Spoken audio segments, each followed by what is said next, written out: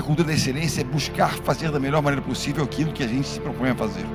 E eu costumo dizer, por que é uma cultura?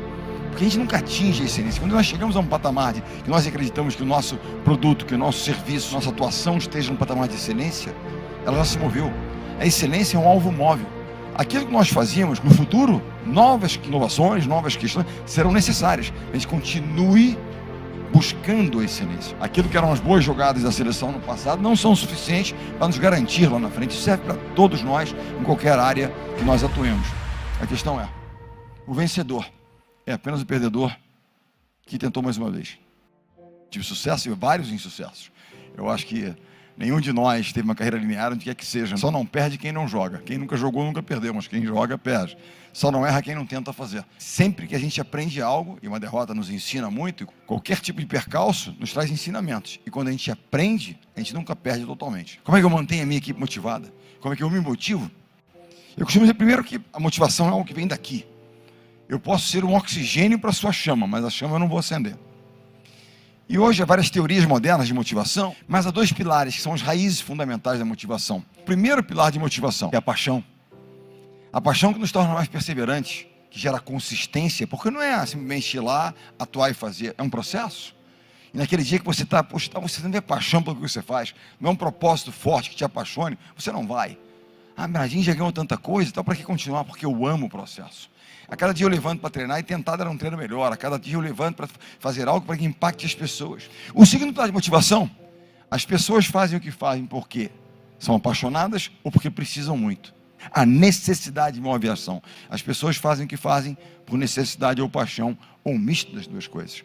Se não houver essa necessidade interna ou a paixão, muito difícil que a gente consiga realmente motivar alguém. Será alguma coisa efêmera, passageira, mas não é uma coisa duradoura, que realmente é o que a gente quer. Eu quero usar um rapaz, Sérgio Cadinha, líbero da seleção, venceu não pela paixão, venceu pela necessidade. Agora que personagem interessante. Nascido na periferia de São Paulo, ele usa o esporte como forma e ferramenta de transformar a vida da sua família. Quando eu olhava para ele treinando e jogando conosco, ele treinava e jogava como se estivesse correndo atrás de um prato de comida, literalmente. O voleibol deu ele a condição de transformar a alimentação da sua família, a vida da sua família. Então a necessidade moveu esse rapaz. E quando alguém à sua volta do seu time não dava 100%, ele ia para dentro e cobrava. Movido pela necessidade, 100%. Não aceitava que ninguém ao seu lado não desse o seu máximo. Segunda questão, segundo ponto. Esse rapaz se transformou num líder. Quando para e olha, lembra quem pôde assistir em campo, ele era um líder do time. E um dia me perguntaram, mas Bernardo, como é que um rapaz sem nenhuma formação acadêmica se torna um líder? A única liderança que sustenta pelo tempo é a liderança pelo exemplo. O que ele fazia no dia a dia era dar o exemplo com as suas ações, e não com teorias de liderança. Era ação diária de dar 100%. Quando um jovem chegava e via como um campeão, como ele dava 100%, como é que não daria 100%? O líder pelo exemplo. Lembrem-se sempre, as pessoas vão ouvir muito mais aquilo que a gente faz do que aquilo que a gente diz. Quando eu dizer algo e não fazer aquilo que eu prego permanentemente. Caminhem segundo aquilo que vocês pregam, que vocês dizem que vão fazer. E esse era um exemplo de líder. Outra questão interessante que a gente para e olha para ele. Quem que apoia o voleibol? Qual é a função do Serginho? Ele é um líbero. O líbero não faz ponto. Ele foi eleito o melhor jogador, não o melhor líbero, o melhor jogador do mundo, 2009 e 2016. O que significa isso? A valorização de todas as funções. Não é só quem conclui o ponto, eventualmente quem está na frente das câmeras e quem está atrás das câmeras propiciando para que isso aconteça. Ou seja, o conceito de time, e ele representa a força do time. Quando eu penso nele, a final olímpica contra a Itália no Maracanãzinho, terminada a partida, aquela comemoração, eles vão para o vestiário, trocar de uniforme para botar um agasalho bonito para o pódio receber a medalha. Ele tira a camisa que estava usando no vestiário e fala, patrão, presente para você. Depois de tantos anos, ele se aposentava naquele momento e concluía a sua missão. Ele, sem conhecer a história daqueles rapazes de preto chamado All Blacks, é o time de rugby da Nova Zelândia.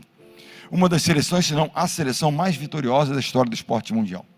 Vocês sabem que o rugby da Nova Zelândia é mais importante que o futebol no Brasil. E qual é a missão de um All Black? Quando o rapaz recebe na Nova Zelândia aquela camisa preta, é como vestir a nossa amarelinha, digamos assim. É a maior honra que um jovem neozelandês pode conquistar, vestir a camisa e ser um All Black. Qual é a missão do All Black? Quando ele deixa aquela camisa a cada temporada, no final da sua carreira, ele tem que deixar aquela camisa num ponto superior ao que ele encontrou. Qual é a nossa missão? Agregar valor, somar, contribuir Ele, sem saber da história dos All Blacks, ele concluía a sua missão e deixava aquela camisa azul de líbero num patamar muito superior ao que ele havia encontrado. Quando ele chega conosco em 2001, chegamos juntos à seleção, a nossa empresa era a 6ª colocada no mercado mundial de voleibol masculino. No ranking mundial, nós somos 6º colocados. E nós chegamos em 2001 e começamos a trabalhar. Ele entrega aquela camisa de 2016 com a seleção há 13 anos no topo do ranking mundial, consistentemente, sem sair uma semana. Ele havia cumprido a sua missão, contribuído, agregado valor, somado. E o que é mais importante na condição de ele teve a real noção do que é ser um time. Um time valoriza o nome que está na frente. No nosso caso era Brasil. Não o nome que está atrás, Bernardinho, Serginho, o que é que seja. É o nosso propósito. É o nosso time. E ele foi um cara que valorizou demais isso e que cumpriu a sua missão. Eu acho que é sempre líderes, onde é que seja, e das formas mais diferentes. Mas a essência do líder, o líder é o guardião de valores. Quais são os valores da nossa instituição? O que nós acreditamos? O que nos une? O que faz de nós sermos... Em que nós acreditamos? E como é que nós agimos? Quais são os valores? Qual é a cultura que nós vamos estabelecer aqui? Quero falar um pouquinho da minha para que vocês pensem na cultura do ambiente que vocês estão inseridos. O primeiro valor da nossa cultura chama-se integridade. Aqui ninguém vai enganar ninguém. Ah, não, é duro, mas é justo. Ah, tá, ou seja, para que eu possa criar um ambiente de confiança, eu tenho que acreditar no comportamento da pessoa, comportamento ético, correto, moral. Se eu não acreditar naquilo, não há confiança. E a confiança é a base da relação. Eu vou citar um exemplo para vocês. Lá atrás, num certo momento da trajetória, eu tive que, enfim, tirar momentaneamente um grande atleta. Qual era a minha preocupação? Se aquela medida que publicamente foi tida como algo autoritário, nepotismo, o que é que seja, como é que o meu time recebia aquilo? Se eles duvidassem da minha intenção, eu não seria mais um líder. E se eles não duvidaram e permaneceram comigo, porque eles acreditaram que era necessário ser feito, porque estava havendo naquele momento transgressão de valores. Eu posso negociar uma remuneração, eu posso negociar o horário do treinamento, a cor da camisa, mas valores e princípios não negociamos. Ou seja, integridade não é negociável, não era o caso. Porque o segundo valor da nossa cultura é time por primeiro. O nome mais importante é esse e não esse. Ah, não, mas eu sou um solista, não tem problema nenhum. Não é um julgamento de caráter, é um desalinhamento de valores. Você é um solista, você vai tocar sozinho, porque nós temos uma orquestra. Aqui é a complementaridade dos talentos que gera um grande resultado. Porque o resultado final, em qualquer área, é o resultado de um esforço coletivo. Do time como um time gera uma força que só realmente a questão da complementaridade, dessa sinergia gera. Time. Quando eu cheguei à seleção brasileira, eu não ganhei um crachá de líder, eu ganhei um crachá de treinador. A liderança é um processo, é algo que você conquista quando as pessoas passam a acreditar em você, querer estar com você, te seguir, você inspira, você cobra, mas você cuida. Então você se torna um líder. Caso contrário, você apenas tem um crachá.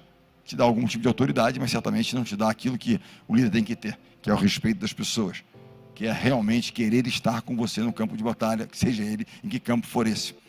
Primeiro valor, integridade. Segundo valor, time por primeiro. Terceiro valor, treinamento extremo. Que valor é esse treinamento extremo? Nós imaginamos que na nossa vida, nós controlamos muitas coisas. Nós não controlamos tantas coisas assim. Ah, o quanto talento eu tenho. Eu não controlo quanto talento eu tenho. A gente vem ao planeta Terra com um certo kit pessoal. Tem uns que são mais talentosos para negócios, outros para esporte, outros para as artes, outros para tecnologia. Cada um tem um certo, né? Você trabalha, se desenvolve, mas tem um certo dom. Mas tem uma coisa que nós controlamos, que é o quanto nós colocamos dedicação ao processo de trabalho. Pontualidade, dedicação, suor, disciplina. Isso a gente controla. É uma escolha.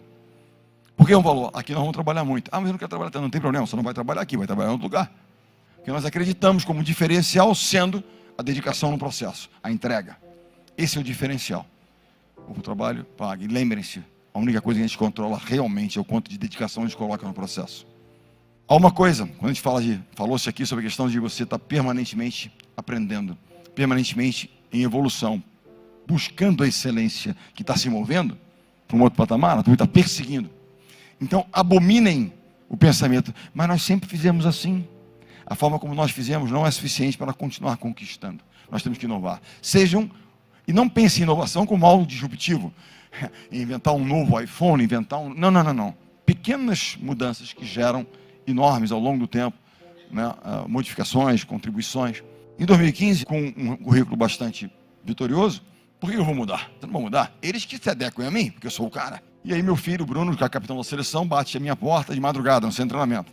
E ele disse: o que você desenvolveu como metodologia de trabalho, que era desafiar, apertar, eleva o sarrafo, mais um pouco, mais um pouco.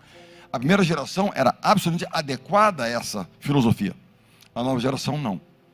Isso não quer dizer que eles são melhores, que eles são piores, mas eles são diferentes. E nós então, eu fui então procurar formas de dar um feedback diferente, mais positivo, mais assertivo, de me aproximar principalmente de pessoas que se distanciavam de idade comigo. Porque a única forma de nós liderarmos é conhecendo as pessoas. Como é que eu vou motivar alguém se eu não conheço aquela pessoa? Será que eu tenho que trabalhar a autoestima dela ou desafiá-la? Novas gerações, pessoas diferentes, bem tratadas de formas diferentes, sob os mesmos princípios. Vai desafiar um pouco mais, vai trabalhar um pouco mais a autoestima, o que é que você mais tem que fazer. Quero falar um pouquinho de desenvolvimento pessoal. Qualquer área. A mãe de todas as virtudes. Número 1, humildade. Se não tiver humildade, você acha que você já sabe, você não aprende. A humildade nos traz a seguinte reflexão: nós não somos, apenas estamos, momentaneamente. Ah, mas o Brasil é líder agora, são 20 anos de liderança, 19 anos de liderança. Está líder, não é. Por mais que seja o tempo, se você parar de crescer, parar de trabalhar, parar de fazer o que tem que ser feito, você não estará mais líder. Ninguém é, apenas está. E a humildade faz ouvir as pessoas. E muitas vezes ouvir aquilo que não é dito. Você tem que estar se conectando permanentemente. A humildade nos faz aprender de verdade. Criar hábitos. Porque o hábito que não é muito positivo, digamos que eu, por exemplo, vou fazer uma dieta. Muitas vezes a gente não consegue vencer um prato de batata frita, porque é difícil às vezes, vencer um prato de batata frita. Você perde para a batata frita, você perde para o despertador. Mas como é que você cria o hábito? O hábito é feito por pequenas vitórias, micro hábitos, e você vai e repete. Hoje à noite, vou fazer o meu a fazer de amanhã, minha lista de amanhã, o que eu vou fazer amanhã. Eu quero que seja uma meta factível, que não gere frustração por você não conseguir, porque essa é possível. Eu quero emagrecer, eu vou perder 10 quilos no mês, esquece, porque isso aí não é sustentável. Eu quero treinar, vou começar amanhã correndo 20 km, esquece, não vai dar certo. Vai ficar tão dolorido no dia seguinte, não vai conseguir fazer nada. Então não é isso. Façam isso com consistência e desenvolvam um hábito. Porque o hábito ruim dá o prazer momentâneo. Vou sentar lá e vou ver uma outra coisa que não tem nenhuma... Eu vou comer uma porcaria qualquer que dá aquele prazer momentâneo, mas te afasta do teu objetivo. A disciplina é a ponte que liga o seu sonho, a sua meta que está com você aqui, a sua realização efetiva. Vocês tiveram a oportunidade de assistir a uma série muito interessante sobre o Michael Jordan, chamado O Arremesso Final, Last Dance. Fala sobre Michael Jordan, sobre o time do Chicago Bulls. O melhor insight, dos melhores insights ali, dito pelo Michael Jordan, que é um dos maiores esportistas da história do esporte mundial, é o seguinte: ele foi muito duro com seus companheiros, um líder, às vezes, muito duro. Chegava ao limiar de transpor um pouco certas linhas. Mas ele dizia o seguinte: eu nunca cobrei de alguém, ou exigi de alguém algo que eu mesmo não estivesse disposto a fazer. Porque vencer, ter sucesso, cobra um preço. Liderar também tem um ônus, porque a responsabilidade, em última instância, é nossa. Aos campeões, o desconforto. Vou fazer uma pergunta a vocês. Todos estão aí, 10 segundos de reflexão. Pensem no momento da trajetória de vocês, que vocês tenham aprendido muito. Aquele momento, extrair grandes lições daquela experiência. Vamos lá, 5 segundos. Pensem. Pensaram? Vamos lá. Esse momento que vocês pensaram, remete a algum tipo de frustração?